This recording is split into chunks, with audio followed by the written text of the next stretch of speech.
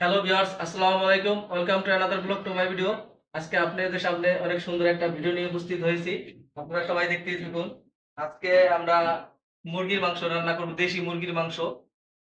তো চলুন শুরু করা যাক। এখন হচ্ছে তেল দিচ্ছি, আপনারা দেখতেই থাকেন। এরপরে হচ্ছে গ্যাসটা একটু বাড়াই নিলাম। তারপর হচ্ছে এখন পেঁয়াজ দিচ্ছি।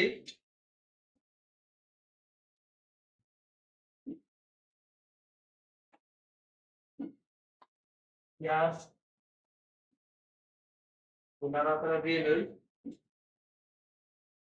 আজকে দেশি মুরগির মাংস রান্না করবো, সেই সাথে আমার ক্যামেরাম্যান প্রিয় বন্ধু সাজিদ উপস্থিত আছে, আপনারা সবাই দেখতে পাচ্ছেন। এখন দিব হচ্ছে হলুদের গুঁড়া।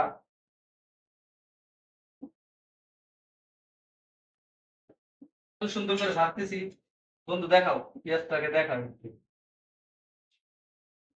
আজকে হচ্ছে মুরগির মাংসের সাথে থাকবে হলো পেঁপে, আলু, সেই সাথে মুরগির মাংস, দেশি মুরগির মাংস দেখতে পাচ্ছেন। এখন দিচ্ছে হচ্ছে লবণ। আমরা ভালো একটা লবণ খাই, সল্ট লবণ। এখন দিব হচ্ছে মুরগির মশলা। অনেক সুন্দর সুস্বাদু মুরগির মশলাটা।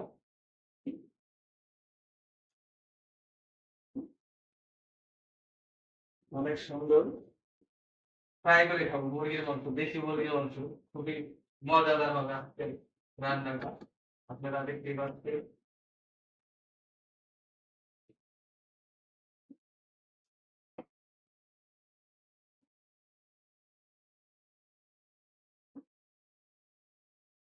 এটাতে দিব গরম মশলা, দেখতেই পাচ্ছেন।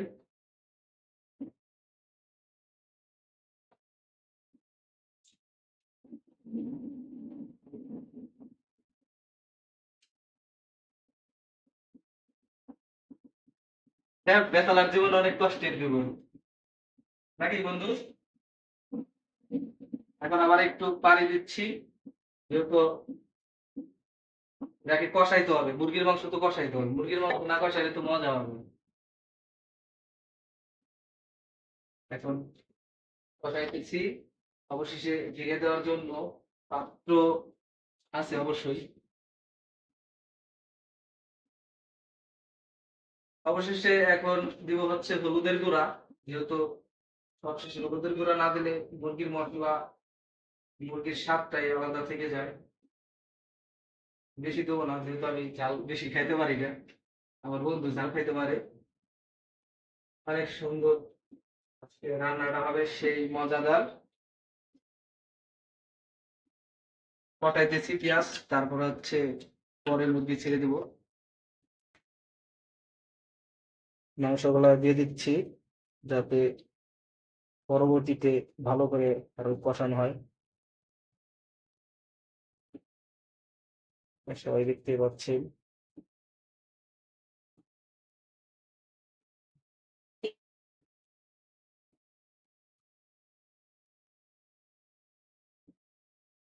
যেহেতু রান্না করে খেতে হয়, সবাই তো রান্না করে খায়, সেই সাথে আমরাও রান্না করি। আসলে অনেক দিনের অভিজ্ঞতা আছে, অনেক দিনের অভিজ্ঞতাটা হচ্ছে প্রায় 4 বছর, আফটার লং টাইম।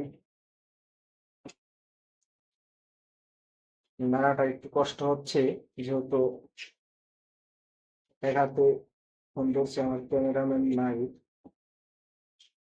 আমার বন্ধু একটু বাইরে গেছে।